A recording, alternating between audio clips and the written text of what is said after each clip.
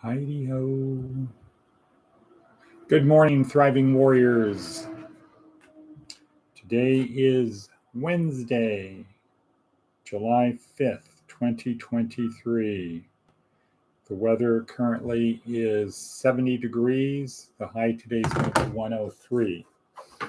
So that's a 33-degree temperature swing. Got to write that in my book.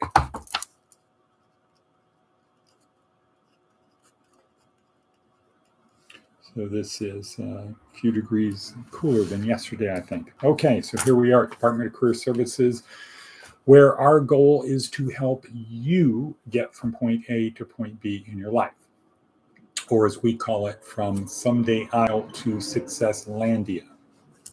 Today we had a very good motivational video down below. Please watch it. It's well worth the time.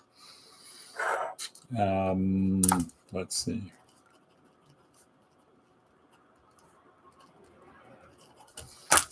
Writing some notes. Okay, so our goal, just again, simply get you from point A to point B, someplace where you are to someplace better. We do that through a bunch of little morsels that can be scooped out of the metaphorical sea that are easy to ingest, digest, and process. Things that you take with you. Don't leave home without them. Have them with you all the time. And I promise you, you will proceed better on your journey to success landia, which is on the past the horizon, second star on the right, halfway on till morning, etc. It's the journey that ends when our heart stops beating. That's our life. That's how to look at it. We're here to help you have the best possible journey that you can. The key stuff is in the description down below, though, not the little 10 minutes of me rambling on a voice on the internet. No, it's not me. It is the stuff in the description down below, the 17, 18 links that are down below that we work hard to find, organize in such a way to create habits and routines. All right, like what? Well, like the link to the 10-minute weekly call. Ivan, I will be calling you today. Like the link to our online course, Neuroscience-Oriented Approach to Success. Like the link to today's Zoom call at 6:30. The motivational video, Jordan Peterson, Mark Devine, Darren Hardy, TED Talks. Today's Simon Sinek. I'll get more on that in a second. Inc. Magazine, very important article. Daily Stoic, Seth's blog, Aesop's Fables, David Goggins, Jack Rowland, Baraka Church, our prayer, and Seth's blog, Seth Godin's blog. So a lot of stuff down below. I promise you, if you take the hour a day to go through that stuff, your life will be better. So let's get started. Start with our coffee. It's part of our daily routine. Bing, good cracker. And now let us talk about the advice from an 80-year-old. If in a fight, hit first and hit hard. So this would be somebody born in the 40s. 40, 60, yeah, born in 42, 43, 1943, so an 80-year-old. If in a fight, hit first and hit hard. So that's very anti-woke. Anti-wokeism. Okay, our attitude of gratitude, right in your book. I'm so happy and grateful now that blank.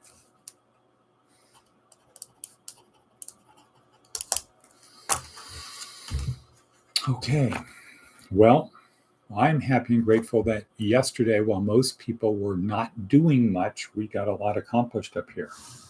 Chicken coop area has been secured. The chicken wire is up. All we need is one more thing, the chicken coop and the chickens. We are going to be producing a chicken egg producing place. Cool. So we did that yesterday morning. Went to the apartments yesterday.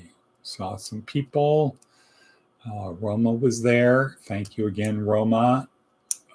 We have some people that have some challenges. We can talk about that in a separate video. We have got to have lunch with Nicole, talk about some planning things, how to move forward down at the apartments, resources we have available for her, etc. Then I had a great meeting looking at a property in Las Vegas with a doctor group. And it turns out they have a property up here in Pahrump that we went to see, about a 10,000 square foot building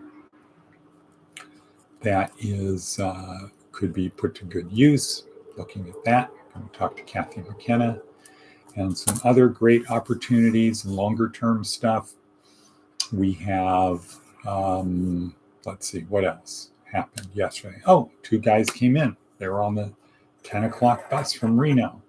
So Danny and Joseph will be down at the apartments this morning. I think we'll put one of them in room 4 and one in room 5. One to take Colton's bed and one to take probably Justin's bed. Okay, so that's my day yesterday. Very productive, got a lot done. Was very tired when my head hit the pillow at about midnight.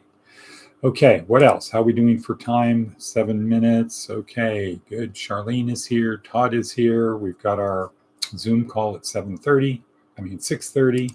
Let's get back to it. Seth's blog. Throwing shade or throwing light? One takes a little more effort than the other. While throwing shade might be more fun and eventually runs out of energy, it's designed to end conversations, not start them. To intimidate, not encourage. Turning on light helps everyone. So I suggest we call people out to, why are you throwing shade? I used to say, why are you letting air out of the tires? Your job is to pump up the tires, make it easier for people. And I'm going to try talking about throwing shade versus throwing light. Aesop's fable, the fox and the crab. The crab one day grew disgusted with the sands in which he lived. He decided to take a stroll to the meadow not far inland. There he would find better fare than briny water and sand mites. So off he crawled to the meadow. But there a hungry fox spied him, and in a twinkling ate him up both shell and claw. Aesop's moral of the story, be content with your lot. Sort of a Stoic thing, a little different. Stoic result, a little different though. Stoic would say, if you're going to be a crab, be the best crab. Classic example, the 4th law of power. Here's what I say to you though. That was a different time, different place. Classic example, the 4th law of power. Fairness only occurs between equals. The strong do what they can, and the weak suffer what they must. That's why crabs live where hungry foxes don't. Okay, it's just simply 4th law of power. The strong do what they can, the weak suffer what they must. The crab should have anticipated there could be trouble and taken precautions. So I'm not saying the crab should have not left where he was. He should have anticipated what was going to happen and taken precautions against the fox. Okay, our new guys are out roaming around. All right, throwing shade. Okay, next up on our hit parade, prayer of the day. Lord, guide me, teach me, strengthen me, till I become such a person as thou would have me be, pure and gentle, truthful and high-minded, brave and able, courteous and generous, dutiful and useful. Amen. All righty then, where are we for time? Where are we at? Okay, we're at 9:54. Let's see, what else do we have? Oh, today's TED Talk is Simon Sinek. This is day 3, week 3 in Outside Our Skull-Sized Kingdom, which would be the equivalent, would be getting people on the boat. How do you get the right people? So Monday, it was join tribe, nudge forward. Tribe is people like you. Find the people who want to do something a little bit different. Second day, yesterday, was Seth Godin's 4-part plan. Find part of the status quo to change, tell a compelling story, connect with the true believers, and then lead them.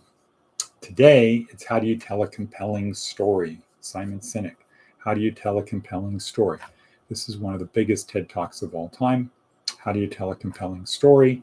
Well, you talk about why we need to change the status quo. Not what we're going to change, not how we're going to change it. That comes later. That's when you're leading the true believers. What is now is why do we need to change the status quo? Because people don't buy what you do, they buy why you do it. All righty then. That's Simon Sinek. And Darren Hardy was very good today. Let's get ready for our Zoom class, Ecclesiastes, chapters 1, 2, 3, 5, and 7. Parts of those. All righty. So let's see. Once again, we are at 11:34. Let's break it down into 2 things. Well, we already said one at the beginning, but we'll say it again. So the 2 important things, 2 last morsels to scoop out of the proverbial sea: ingest, digest, process, act such that yesterday was the only easy day, act with meaning in your life, which is everything you do matters. Accept that everything that you do matters and then act accordingly. Number 1. Number 2, as Charlene is pointing out, and as I said at the beginning of this, if you are still here, God is not through with you yet. You still have things to do on your journey. Your journey is over when our heart stops, no breathing, fixed dilation, no gag reflex, scattering of neurons in lower parts of the brain, etc. We're dead.